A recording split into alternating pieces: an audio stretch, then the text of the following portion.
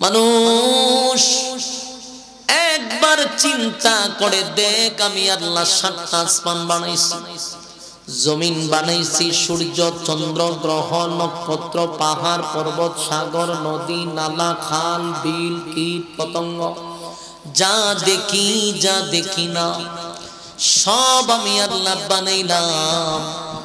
বান্দারে মাত্র 6 দিনে, বলুন কয় দিনে? আর মানুষ তুই ৩.৫ হাত বানাইলাম 10 মাস 10 দিনে। কেন তোর এত সময় লাগাইয়া বানাইলাম?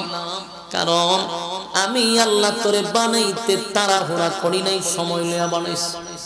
কারণ তুই করবি আমি আল্লাহর গোলামি, আর সমস্ত মাখলুক বানাইছি তোর গোলামির জন্য। সূর্য পৃথিবীর থেকে 13 লক্ষ গুণ বড়, কিন্তু সূর্যটা মানুষের গোলামি করে। সুবহানাল্লাহ, বাড়ি কি হবে?